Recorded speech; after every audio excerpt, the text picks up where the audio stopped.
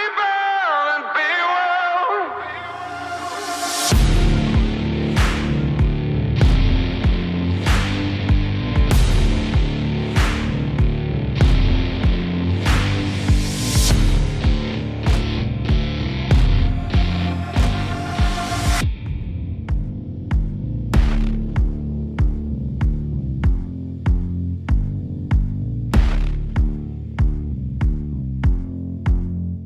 Hilda Labrada Gore is the host and producer of the popular Wise Traditions podcast, over 10 million downloads to date on behalf of the Weston A. Price Foundation.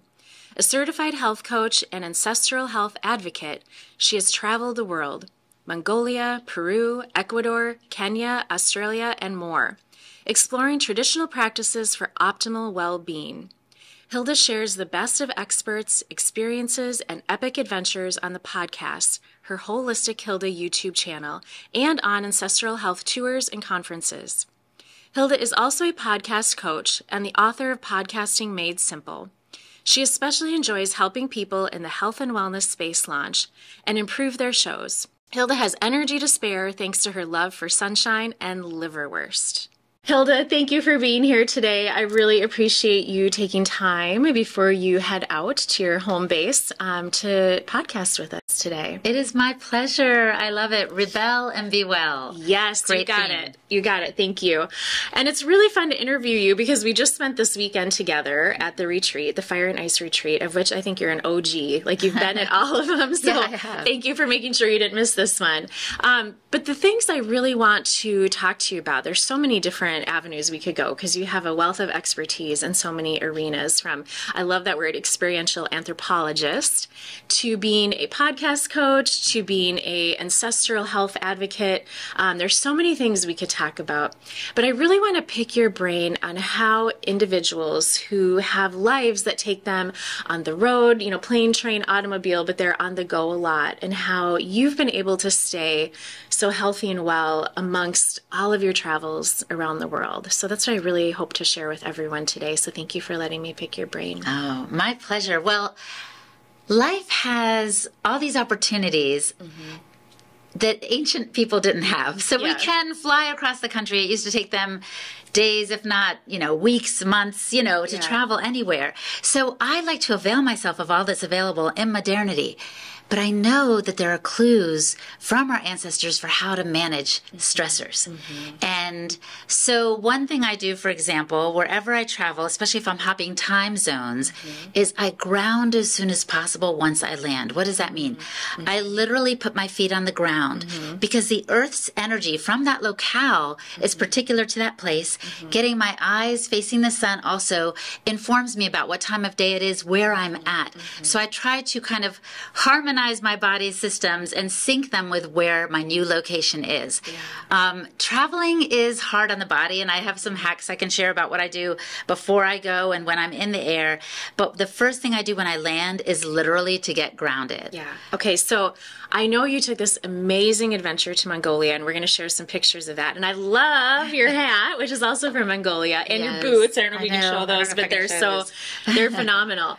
So you're saying you traveled from, I think, the East Coast to Mongolia, which was how long of a travel? Oh my gosh. It was over 18 hours because first I flew to Turkey, and then there's maybe a little layover there. Then I flew to Ulaanbaatar, and then after that we flew to Western Mongolia. So there were a lot of flights involved, a lot of time zone changes, and oxidative stress on the body. Right. There's also, just when you're up in the air, and I didn't used to know this, you are getting exposed to atmospheric radiation because our bodies, we don't have wings. We weren't really meant to fly. So there's stuff up there that is harmful to the body. And so we need to kind of harmonize or mitigate the damage it can do on us. Right. I mean, most people know the basics, like stay hydrated, right? Yeah. That there is some kind of stress and electrification going on, for lack of a better word, that is drying us up. Yeah. Okay, so we'll stay hydrated, but what else can we do? Yeah. So one thing I do, I actually supplement with magnesium. It is an almost anti-stress supplement. I usually take magnesium on the daily because it just helps my body's, digestive system and the whole shebang. It's just a wonderful nutrient that we don't get enough of in most of our diets. Yeah. But it really helps my body manage the stress of flying. I do think it helps me get into that also parasympathetic mode. You know, our body is either in fight or flight, and when you're flying, you're kind of anxious. You get there to the ticket counter. Did I check in? Where's the bag tag? You know, do I have my passport? All the things that can really up your stress levels. We want to kind of get it down. Right. And you and I have both talked about the benefits of breath work, for example, too. So before taking off, maybe do some calming 4-7-8 breathing where you inhale for 4, you hold for 7, you exhale for 8. Just do a few rounds of that, and the people near you might think you're an anxious flyer, but you know that you're really just trying to get into that mode, right? Yeah, trying to calm your body. So that, the magnesium. So hydration, magnesium, a little breath work before you take off or get stressed mid-flight. Is there anything you do when you have layovers? So like you mentioned, you know, city to city to city. Yes. When you're stopping and you have a layover, what do you do to, you know, kind of put yourself like back on track before you get on the next flight? Right. Well, I move. Okay. Because it's awkward on the plane, let's face it. You know, if you're in the middle seat or next to the window, you don't want to disturb the other people. But I move on the plane, but then when I'm off it, the last thing I'm going to do is sit down because you're already seated for so long. You know, the blood can pool and form clots. I do wear, you know, compression socks to help me on the flight, but in between I just move. I move. And if I can, of course, I get outside. Because again, the sun helps sync our bodies to a time zone. But if you can't get out because you have to go through security again, you know, just move, do things that are calming, maybe listen to some music that can kind of bring you into a really more restful space. I like to read. Also, when I'm on the plane itself, I work some because I like to write and read, but I'm not on Wi-Fi. You know, I'm not trying to get more busyness, if you will. I'm trying to just relax a little bit. Sure. So as much as possible. The travel is stressful. Try not to stress yourself off. It is. Stress yourself in between all of that. Exactly. But that's what I do in between flights, but I also, before a flight, I move as well. Everyone's seated. If you look around in the airport, most people are seated and they're on their devices. I prefer to get active, you know, keep the blood pumping and enjoy the movement while I can. Because when we get on, we're kind of stationary for most of the flight. We are bombarded by atmospheric radiation, but also now the radiation from people's phones, on top of the fact that the plane is pinging communication signals to the nearby towers. And so there's just a lot going on there. So on the plane, there are two things I do to mitigate those non-native electromagnetic frequencies that are all around me. One is I wear anti-EMF clothing, protective clothing. And that might sound like a tinfoil hat to some of you, but it really is something that is protecting my body against the waves of radiation all around me. I actually have these on my website because I believe in this so much. I used to just get from, I think there's a company, lessemf.com, that people can check out. There's also LAMS. There are people that are making this clothing that literally has a silver lining. They use metallic thread to protect you. So I've designed some with my friend Thaddeus Owen. And so it's just a little hoodie. It looks like a normal hoodie, but it has some protective cloth so that if you took a meter and you would see it kind of getting in the red range of how much radiation you're exposed to, even in the airport waiting area at the gate. And then you put the little device underneath the hoodie and it suddenly comes down to the green zone, a safer zone. So I love this. This gives me peace of mind and helps my body be protected somewhat, at least, from that bombardment of radiation. So that's one thing I do is I wear that. When Thaddeus was on the podcast a few weeks ago, he talked a lot about blue blockers. So do you wear those on the plane? Yes, I do wear daytime blue blockers, or if I know where I'm going, it's going to be morning, and it's still morning where I'm at right now. I imitate darkness by putting on lenses, glasses that block the blue light. Because at night, our ancestors would only have seen firelight. And nowadays, with all our screens and, you know, TV shows you can watch whether you're on a plane or not, like it interferes with a melatonin production and release. So I definitely wear blue blocking glasses. So that's a really important way to help international travelers go through all of those time zones without having that like 24 hours of just trying to recover once you land and losing that day. I've hardly had jet lag. So you try and kind of trick your circadian rhythm into being where your destination's time zone is going to be with the blue blockers. Once I changed my watch too, I don't look back. I don't think, well, really it's 4 a.m. back home. That's just... so it's a little mind trick, too, to just get into the new zone as soon as possible. The other thing I do that helps me overall is I fly fasted as much as possible. Because I believe that melatonin not only is the sleep hormone, which is how we associate it, but it also helps oversee digestion. So if you eat, it's going to put its energy toward that and won't let you rest as well or as easily. So what I do is I fly fasted. I feel like there's enough stress going on in my body in the plane that I don't want to have to put my energy one more place.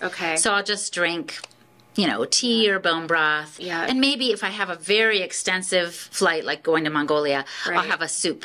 But, something that's easier for my body to manage than, a steak and eggs or something. Right. And you bring up a good point. Can we kind of go back to the basics? For those that aren't familiar with ancestral living, can you just explain a little bit more about what that means? Like, what does a day look like for you as someone who lives an ancestral lifestyle? Okay. Number one, I start with sunrise before screen rise. And maybe for some of you, you're like, that makes sense. I get outside first thing too. Most people roll over and grab their phone, see if they have any alerts, any texts, any emails, or just start scrolling on social media. I prefer to do it as our ancestors did. They would get up and get moving and milk the yaks like they did in Mongolia where I was at, or go fetch water or get some wood for the wood burning stove. So we don't have the same demands. We can scroll on our phones as long as we want, but it's so mood boosting. It syncs your circadian rhythm, and I know I've said that a few times, but basically it lets you sleep more profoundly, be more alert during the day.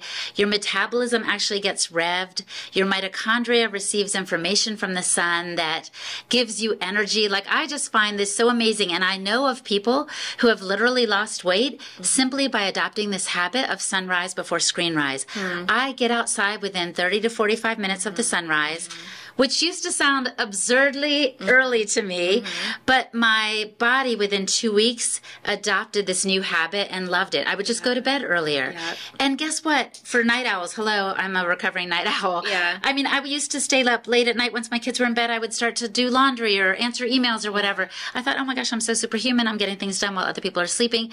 But now I know that all the work I did at night, I can just as easily do in the morning, and actually with more energy, and I'm less likely to make mistakes or do things fatigued. I'm not running through the day wishing I had a cup of coffee. I don't need that, because the sun is literally nourishing me. This is one thing I've learned over the years, that the sun is like the best multivitamin ever. And this is what our ancestors may have known as well. I follow the work of the Weston Price Foundation, the people I make the podcast for, and their work is based on the studies of a dentist and researcher from the 1930s who traveled the whole world trying to find the healthiest people. They were definitely eating a particular diet, which I can get to later, but they were also outdoors most of the time. And now we're inside most of the time, so we're really missing a key ingredient, not over for our energy, but for our sense of well-being. Just being in nature lowers your cortisol or stress hormones in a magnificent way, so you can live a healthier, happier life. So that's step number one. And I wanted to make one little comment on your step number one, because that's so important. And I mean, I'm guilty of doing that. So I know it's something I have to be mindful of, to be like, don't pick up your phone. But your cortisol is, for most humans, almost all humans, your cortisol rises in the morning. It's at its peak in the morning. And cortisol is your stress hormone. But it naturally does that because it's meant to wake you up. So then from that point on, what we do will either keep it elevated or allow it to come down as it's meant to. And so for most of us, our phones are kind of a trigger of work, right? Of demands, of asks. And so when that's the first thing we grab, as our cortisol is already at its highest peak, and then we just keep keep raising it, or don't have any opportunities to bring it down. It keeps us on this like high cortisol track for the rest of the day. That's what kind of sets us. And then that doesn't make for a very low stress day. Not at all. Sorry. Okay, so that was one. Well, and I think the next thing would be movement, I mean, I walk my dog. It's easy if you have a dog. But if you don't, again, our ancestors would be doing chores. Movement was part and parcel of their daily life. Right. We have to be more intentional than that because most of us have sedentary occupations. Right. So even take movement and sun breaks. You can combine this. What I like to do is stack my hacks. Yeah. So I get the early morning sun. I walk my dog.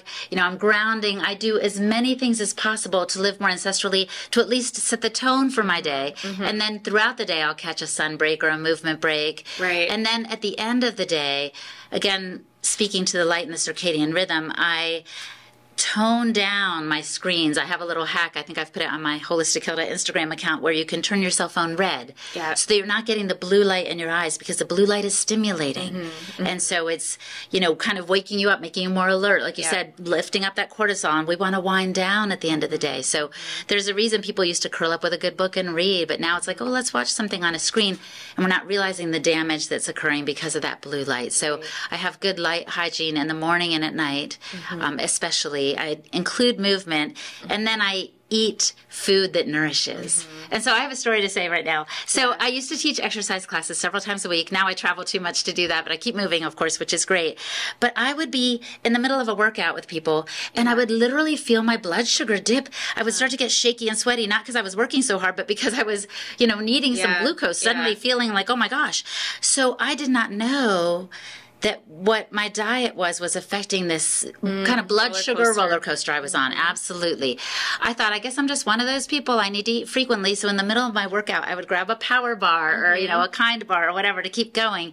And then, thanks to the Weston Price Foundation, I realized, if I nourish myself more like my ancestors, meaning fewer processed foods and more real foods, protein and fat especially, I could not only be strong throughout my workout and not need to grab something, but I could sail through my day. I was like, what?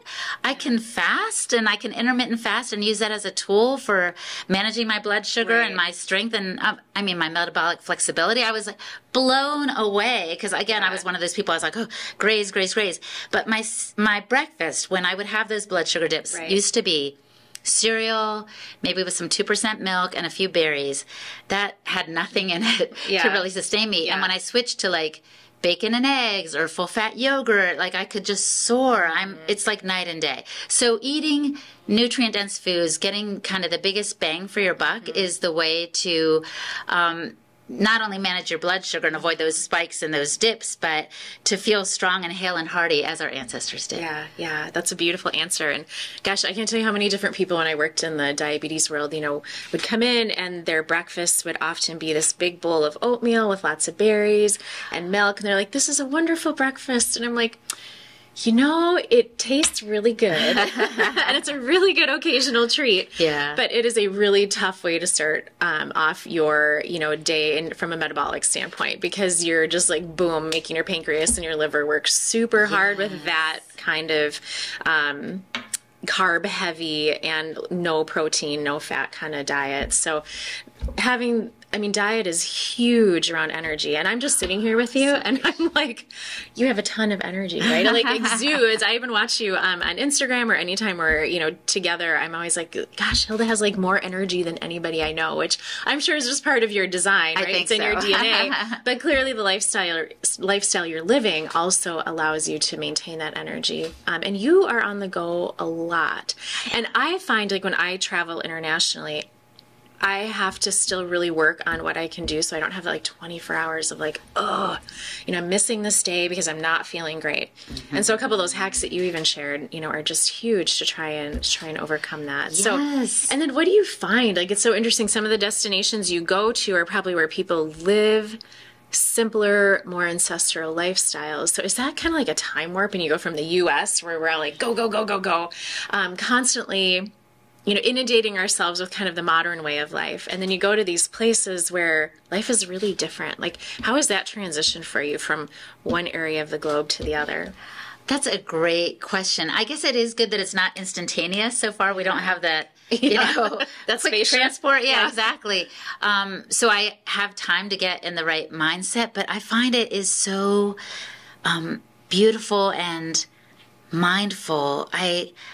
even as my speech is slowing down, it's because that's how I feel when I'm in these places, in Mongolia or in Kenya. I'm kind of brought back to the beauty of this kind of connection. People matter, and it's not about checking things off your to-do list. I'll never forget when I went to the Dominican Republic one time, and I was meeting with this woman in her home, and we literally sat on her very modest porch in rocking chairs, and we weren't even talking, and I was like, look at this. We're not doing anything. Like, you know, when people come to town, you're like, let me show you this place, or let me take you to this restaurant. We weren't doing anything, and it was beautiful. Yeah. And so I do want to say that this is an ancestral health way, is to be and to be present. You know, we become sometimes human doings instead of human beings. This happens to me. It happens to all of us, where we think, okay, I got the oil change, now I've got to go pick up my daughter from basketball. And, you know, there's all these things. Okay, those things have to happen. But can we do them in such a way that it doesn't drain us, but rather it can be life-giving if we've got the presence of mind to breathe along the way, to do things that bring us energy, whether it's stopping during the basketball game to go outside and look at the sun, or to just think, oh, I'm here for my daughter. You know, there's something, you can do the same exact thing, but it feels differently when your heart is in a different space. And so, one of the secrets I've learned, I think, is to be present. And when I was in Australia, I was talking to this beautiful Aboriginal woman, and she said, we have a custom here, and it's called Dadiri, and it's a custom of deep listening. And I was like, oh, like, I don't know when the last time was I stopped, you know? So of course, you know, I'm a Christian person. The Bible says, be still and know that I'm God. But maybe he said that because we're so busy running around, we can't even know, where is God? Who is God? What's going on here? Who am I? We lose our sense of self.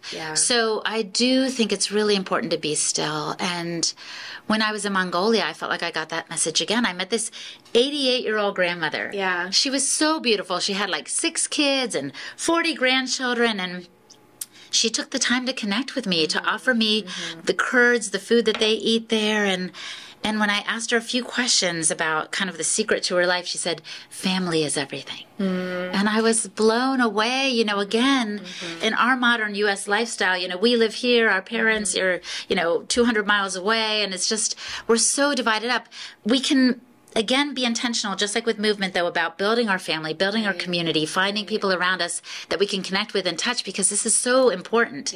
So, spirit and being present and mindful can make the difference. Throughout the travels, too, I'm journaling, I'm getting in a new mindset and remembering who I am. I think that helps wherever I go. That's such a beautiful gift that you've been able to just take in and sit with and absorb. And I think that is one of the beautiful things about traveling to other countries. And interestingly enough, and I'm curious if you've noticed this, and please know I'm not saying this with any dismissiveness around the hardships around third world countries, because the hardships that you see when you travel to third world countries are like heartbreaking sometimes. But then I've also found that there's like this beautiful, great joy within those communities often that I do not see, at least in the U.S. And I'm always amazed at the community that is present and the people that gather around each other. That always catches my attention. Faith seems to be very important. That seems to be center. But then I was just in Mexico a few weeks ago in a really tiny little town called Chicala, a little surfing kind of fishing village, couple hours outside of Puerto Vallarta, and it caught my attention again how much time people there just spend being. And I'm like, oh, that is so beautiful. Teach me how to do that, because you settle into it when you travel, right? But it is such a stark difference in lifestyles, and I'm like, 100%. We think we're so ahead. I'm like, are we actually really behind? I don't know what you would say about that. Like, the U.S. wants to think we have so much figured out and we're so far advanced. And relatively speaking, I get why we say that, but are we? What would you say? Oh my gosh. Well, I think one thing we need to do is remember that we own our devices. They shouldn't own us. Technology needs to be our servant. And when you were talking about how happy people seem in France, the people were walking down the street, they were smiling. There weren't tons of people trying to record the moment. I don't know if you heard this, but Adele was giving a concert recently and she asked everyone to put their phones down. And some people were offended. But she's like, I want you to be here. You're here. And they were taking it in like this. So this is a challenge for me because I am a content creator. I want to communicate and show what I've experienced. But I know there are times where I'm like, I'm not bringing my phone on this camel ride or whatever it is. I'm just going to remember this moment and hold on to the fur. I'm literally remembering in Mongolia, and I was holding on to the fur, and I was with this man in his traditional clothing, these long, luxurious silk robes, and I was like, oh my gosh. Now, if I had taken a picture, I would have thought, okay, well, that captured it, and I wouldn't have experienced it. Do you know what I mean? I know, 100%. So I think we need to come back to that. And the other thing I think of is there is a tale that people have told of different cultures, indigenous people groups who've said, don't take my picture because you'll take my soul. And now I know what they're referring to, that these things can literally suck our souls in. Even the people who are taking it. You know, you're taking something from that person. By the way, I wouldn't just take an image without asking. But you're also missing the moment, and maybe that's part of what they were getting at. I don't want you to hold on to me that way. Hold on to me this way. That's so different, beautiful. right? It's very different. We'll return to Rebel and Be Well in just a moment, but first, a few words about our sponsors. I want to say a special thank you to everyone at Self-Esteem Brands. We are grateful for the recording space and support you have provided to our podcast platform and team. You can find more information about Self-Esteem Brands in the show notes. We appreciate and savor every sip of Dry Farm wines during our podcast conversations and every event at the Point Retreats. To find out more about Dry Farm wines, find their link in our show notes. Thank you, Paddle North, for being our preferred Minnesota-based brand and company. We honor every memorable paddle. To find out more information about Paddle North, find their link in our show notes. The Point Retreats and Rentals is situated roughly 30 minutes outside Brainerd, Minnesota. The property's private peninsula boasts over 1,500 feet of stunning shoreline spanning 3 lakes on the pristine Whitefish chain of lakes. Whether you need time to renew, reset, or reconnect, we have a space that can host your family, group, or team. Click on the show notes to find out more about the Point Retreats and the Point Rentals.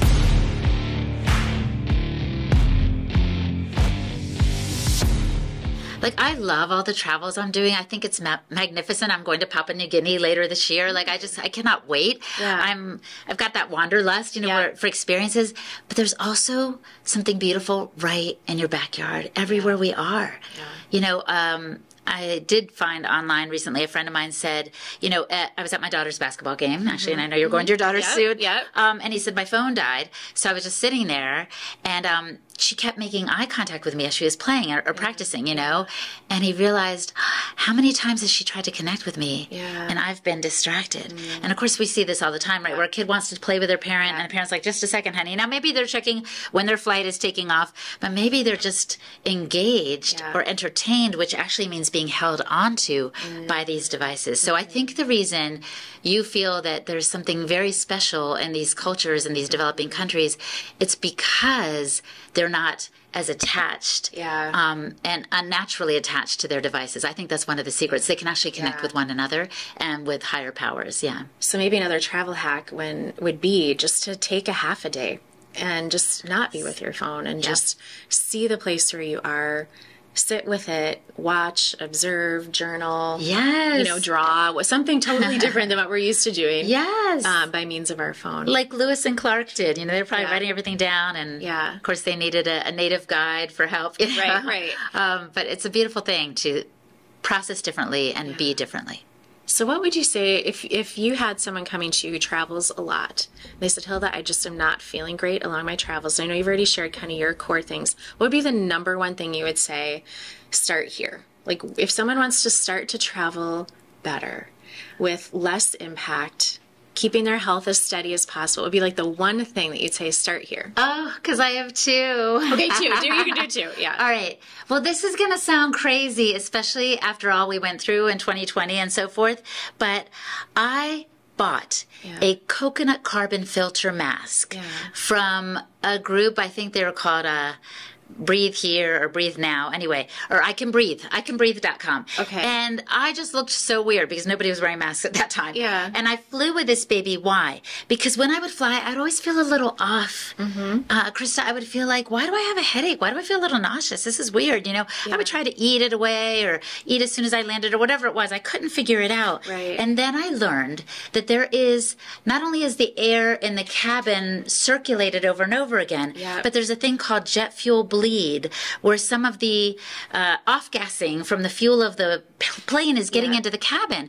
And I think that's what was making me feel bad. I've smelled that. So I literally wear this mask, and you get in airports and you're like, this smells bad, right? Yeah. You know it sometimes instinctively. So I have this little coconut carbon filter mask that I wear, sometimes in the airport, sometimes I wait till we take off, but I get off and I feel 100%. It is a game changer. Yeah. Now, I don't feel as weird as I used to, because some people just wear masks all the time now, which is, you know, so I kind of fit in, but it's not even about that. I tell people I'm wearing this for me because I feel better with this. So that's one thing that's kind of important. And the other thing I neglected to mention is to lower inflammation.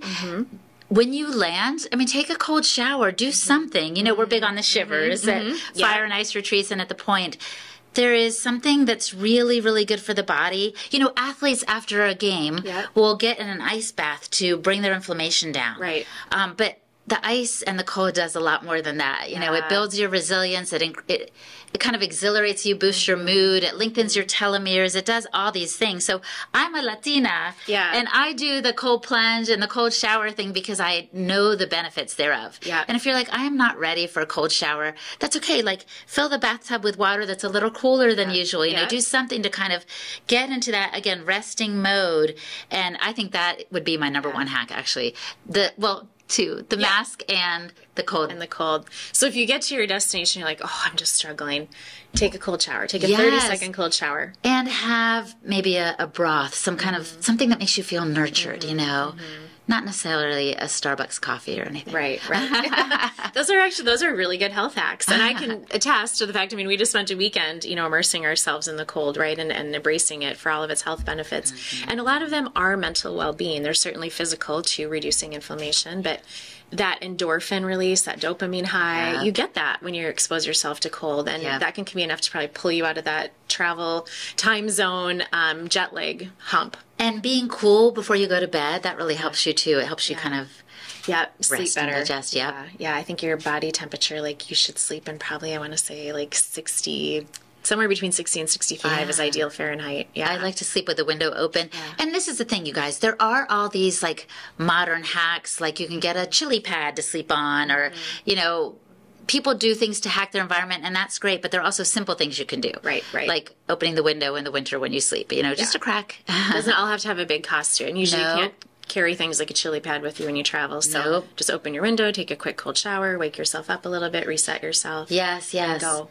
Okay, and I'm so excited because you have agreed to try something that I think is so beneficial. And as you travel, I'm really excited to see what you find as you go into all of these different lifestyles and cultures.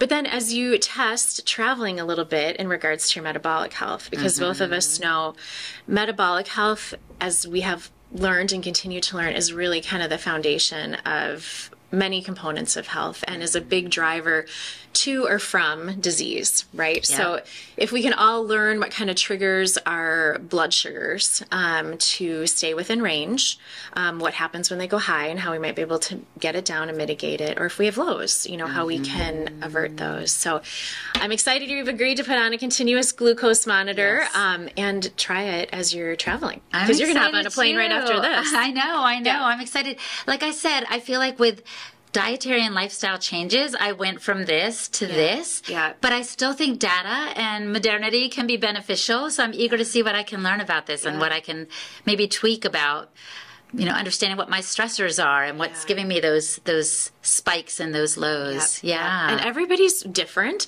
And what I like to tell people is don't panic. You know, as long as you aren't someone who has type 1 or type 2 diabetes, if you have a high or a low, it's just an opportunity for you to learn. When you wear a CGM, usually you're going to find something in there that's of interest. And that just gives you the opportunity to go, what could I do different? So I'd mentioned to you, we had a retreat at the Point with Dr. Ben House, and he brought in like some of the top people in the exercise exercise physiology space, right? And in the fitness space. And you would look at this group and you'd be like, oh, they're never going to have like any bumps in their glucose. They're going to be just fine. And I'd say about half of them had a significant spike in when they traveled home to their various destinations. And that doesn't mean that it's necessarily problematic, but if you're someone who travels a lot and then you're constantly having those spikes, it's really important that you find ways to mitigate them or have those highs come down as quick as possible by doing some interventions like getting in your airplane seat and like, I just got to take a breath or two here, or getting off the plane and grounding, or having some protein for breakfast. But this will give you a little cue. And I mean, I could go on and on with interesting stories, but I'm going to mention this other one, and I keep names private for HIPAA reasons, but we both have been to the conference PaleoFX in Austin, Texas. And there is a really well-known functional medicine doc that was down there who's written some books on gut microbiome and all kinds of, diet and lifestyle. And he wore a CGM down there for the first time. And what he found was it was actually sushi. He would eat sushi once a day, and every single time it would raise his blood sugar. And he's like, I would have never in a million years guessed that. And so for him, it doesn't mean he can never eat sushi again, but he had to try and manipulate that a little bit. Like instead of white rice in a sushi, could he do brown rice? Instead of eating it every day, could you maybe only eat it like once or twice a week? Or could you skip the rice? Or could you add more protein? Or for him, what it was is if he was going to eat sushi, if he took a half-hour walk after eating it, then he was fine. Fascinating. So just finding little ways that you can continue to kind of mitigate and hack, right, your blood sugars. And I think travel's a big disruptor typically. Yes, I'll be eager to see how this affects that. Yeah. I was just thinking about my friends in Mongolia and some of these people who live, talk about off-grid. Like they are miles and miles. I think Mongolia is the most sparsely populated country in the world. Really? Like 80 to 90% of the population lives in the capital, Ulaanbaatar. So you could go for miles and miles and miles and there's no one. Yeah. But what I wanted to mention is their diet is what they have. And what do they have? Animals. So they mostly eat meat and fat and dairy products from the animals. That's it. Yeah. And so I was really feeling like, without measuring, like I was in ketosis, I was like, hey, I'm feeling really good and strong. Right. But back home, I can eat whatever I like. I try to eat seasonally and locally, but I'll be curious to see what variations show up here as affecting my blood glucose levels. Yeah. Absolutely. So I know you have a lot of adventures ahead. Yes. And you have a couple you're going to test them, maybe some domestic travel, and then you said you're going to Papua New Guinea. Yes. Which is like amazing. Crazy. What are you doing there? Can I ask? I'm going to go visit some indigenous people and just learn from them and see what their lifestyle is like. I feel like, how can I put this? Some people say science is catching up to ancestral wisdom,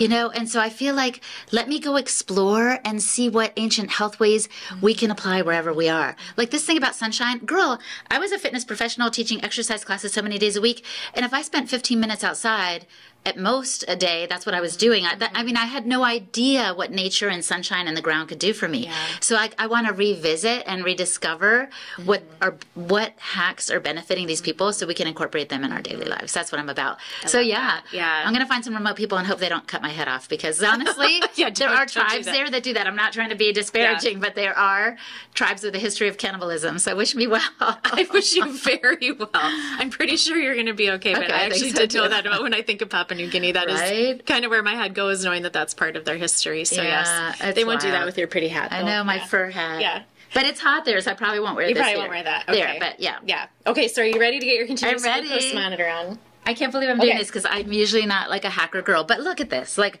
I have learned that I benefit from the data of the Oura Ring, So I was like, this helps me see how my sleep scores are, what's affecting my sleep. So I know this will be a tool in the same way. Yeah. And you know what? Hit me up. I will hit you up. But there's a lot that continues to evolve around the way that we can obtain data and the data that we can get, and like everything, right? It's going to keep evolving. But and this isn't something I would tell most people that you have to wear all the time, unless if you have type 1 or type 2, it's an incredible tool. But if you are trying to prevent diabetes, if you just want to improve metabolic health, even wearing this once or twice a year, one sensor goes for 2 weeks, and it gives you data 24/7.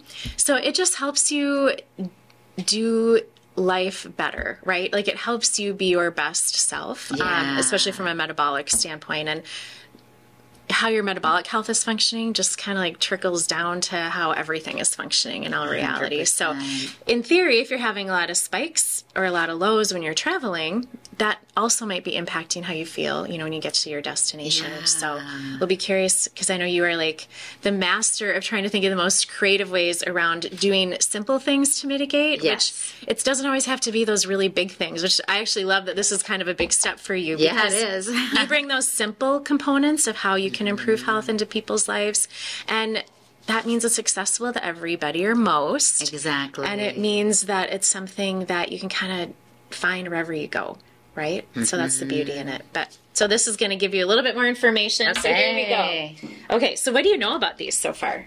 Or what questions do you have? Let me think. Well, I just know that it gives you data about, you know, what stressors you're under and kind of what dietary shifts you might need to make. But other than that, I really don't know much. Yeah. Okay, well, I'm excited. And do you, I'm nervous. I wanted to mention, okay, that feel free, like, while you're wearing this to test a few things. I always tell people, no, don't go wear this and, like, do your best 2 weeks. Because it doesn't really, unless you live your best 2 weeks, you know, for 52 all the time. weeks a year, Yeah. then that's great, but most of us don't. So I always say, wear these a few days of being your best self, a few days of your kind of, like, average day, and then a few days of your Christmas self. Like, you know, be what you would have, like, have your pumpkin pie or whatever that sweet is, just to see, like, how big of a deal is that? Yeah, yeah. Or what can I maybe do to manipulate it so it doesn't cause any changes in my blood sugar? But I'm not going to get a grade like you failed. I'm not going to. No, you absolutely are not. No grades attached. And you mentioned that you were nervous, so I just want to reassure you, I have had nobody cry when I put these in so far. Most people nowadays are actually putting these in by themselves. And it honestly feels like a mosquito bite. Oh, okay. So it is pretty easy. But the interesting thing about continuous glucose monitors is obviously they were initially invented for people who have type 2 diabetes, and unfortunately they're still sometimes challenging for people to get who have diabetes. But insurance will not cover these if you have prediabetes, and they will not cover them if you have no sign of metabolic disease. So one thing that I hope happens in the days ahead is everywhere you go, you could just grab one of these if you feel like you want to know what your blood sugars are doing. Instead of waiting until people are sick. Oh, I agree. 100%. Then we give them the information. I'm like, well, why don't we have the information so we don't get sick? There's an idea. Okay, do you have an arm preference? I thought this one. Because that's the other thing is, So it goes in the back of it's your arm supposed to here. kind of stay for a while, right? It is, so yes. can it get wet though, or no? Good questions. It can get wet, so showers are fine. If you, like, a cold plunge would be okay for a couple minutes. You saw a couple people have them on in a cold plunge tub. If you were going to submerge in water, I mean, the guidelines say like 3 feet for more than 10 minutes. They do not recommend. Oh, okay. So just longer swims probably would not be advised. Okay. Interesting, traveling. When I started wearing these 10 years ago, it was a big deal. Everyone's like, what in the world is that? And what is she trying to get through security with?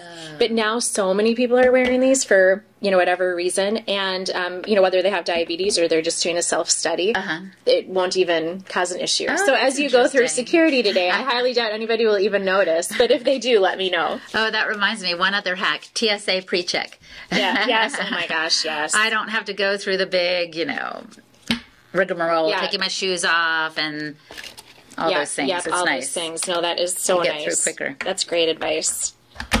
All right. So do you want to see the needle that goes in? No. Okay. All right. That's fair. I can't handle So I will it. tell you there's a little tiny needle, but then it comes right back out, and there's just a little tiny catheter that's left in your interstitial fluid that monitors your blood glucose levels 24/7. Okay. I'm excited. I mean, my friends have done this. I can do it too. I'm just not going to let. You can do it. I got you. Okay. 1, 2, 3. You're done. It's already in. What? Did that was hurt? easy. No. Okay.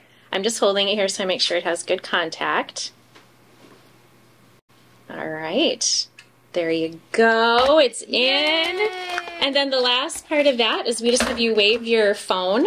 Okay. Okay, so I would do 70 to 150. Like here I would change that. I mean, really you want your blood sugars to be below 140, but give yourself a little wiggle room so it doesn't like alarm at you. Perfect. And if it does end up alarming at you a lot, you can change that to go back up. Okay. And it's fine to put this in airplane mode at night. Good. And you're just going to want to then turn it on, and scan this at least, once every 8 hours. And I would do allow. Let's just do that for right now, because that might help us bypass some of the... Okay, so there we go. Now let's try this. So what you'll do, Hilda, is when it's you checking, just do this. So you can check it immediately. Yeah. I mean, you can check as much as you want. What I find a lot of times is people the first couple days are like constantly looking, but it will also give you a graph. So it's still tracking when you're not scanning. Okay. As long as you do this at least roughly every 8 hours. So can my phone be on airplane mode during the day, or should it be constantly getting the data? Yeah, that's the hard part. It at least at junctures during the day, you'll need to have it on. Okay. Yeah. For it to be periodically updating. Okay. So now, again, in 60 minutes, it is going to give you an alert. Okay. And it's going to tell you to scan it one more time, so you'll do that again. Yeah. And then it will be off and running. Can it scan through clothing? Yep, okay, it can. Perfect. Yeah, I mean, it's kind of just getting that feel, and it's usually the top section of your phone. We didn't get to touch on diet as much as I might have liked. Yeah. But I will say this. Our ancestors ate nose to tail. Yeah. They prized the whole animal. They honored it. Yeah. And they wasted none of it. Yeah. So they would use the bones for broth. Yeah. They would use the organ meats, and they would value and prize those most of all, which to us were like, wait, what? Liver? Brain? That's so weird. Right. But if you look at jaguars in the wild, like they will eat the organ meats first and they'll leave the muscle meat for the other animals because it's the most nutrient dense. Yeah. So they got the most bang for their buck. So it's hard for our modern palate, at least in the U.S., to get accustomed to some of these stranger tastes, kind of an umami, or some people feel like liver is a little metallic-y tasting. So what to do? Well, happily as a kid, my family would make me liverwurst sandwiches with like mustard and onion, and I loved it. I didn't know why, I just did. Right. And now I feel like while I don't have liver every day, I will have liverwurst quite often because it's so easy. You just put a little mustard on it. Sometimes it has, you need to read the label, it might have a little dairy products in it, so if you're sensitive to dairy, don't go for it, but just slice it in like little round slices and maybe put a piece of cheese with it on a cracker. It's delicious. It's absolutely delicious. Okay, I'll have to try that. We had a weekend with one of our chefs who's very creative and uses a lot of organ meat. Yes. And so that was a really nice way to just taste test it, right? Yes, and it's so interesting how we do become so accustomed to one part of the animal being okay and familiar and normal, and then other, outside the box areas like organ meats, we're like, oh, I would never eat that. Right. Like, well, isn't that different? I don't know. But there are a lot of health benefits attributed to eating organ meat. So, and a taste that I'm sure, like, wherever you grow up and whatever you grow up eating, you just become accustomed to that. Absolutely. So if you can just try things a few times, it can taste different.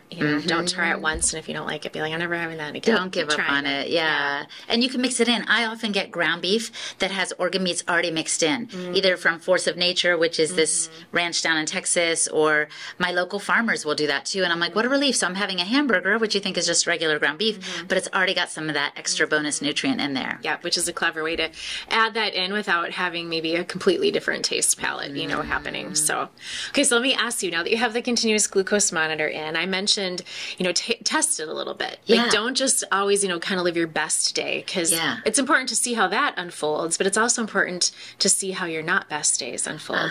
So, like, what are some things that come to mind that you might test with your CGM a little bit? Well, it's interesting because the Weston A. Price Foundation that I make the podcast for has these dietary guidelines, like 11 principles, which I esteem and value, including ferments in the diet, you know, and eating nose to tail, as I mentioned momentarily ago, and adding salt. Like, I love all that stuff. But they also, on the side, mention a couple of other recommendations, like they're not for things with caffeine, so no coffee or chocolate. I like chocolate. Yeah. And I'm like, is that because I'm Mexican and cacao is from Mexico? I don't know, but I do like chocolate. So now and then I'll have a little piece of chocolate or cacao in my raw milk, so I'm interested to see how that's affected here. Yeah. Isn't it kind of fun to, like, have someone be like, you should probably eat chocolate? Yes, you I love actually that. should test that. Plus, I think magnesium is in chocolate, so that's one reason sometimes women tend to crave it, because it's like we need more magnesium in our diet. Yeah. But I did want to say this. Like, I love alliteration, which is why I go by Holistic Hilda. Yeah. So if you're trying to think, how can I live ancestrally? Like, I love to offer these 5 tips. So it's sunshine and shivers and sustenance and soil, getting your feet on the ground, and spirit.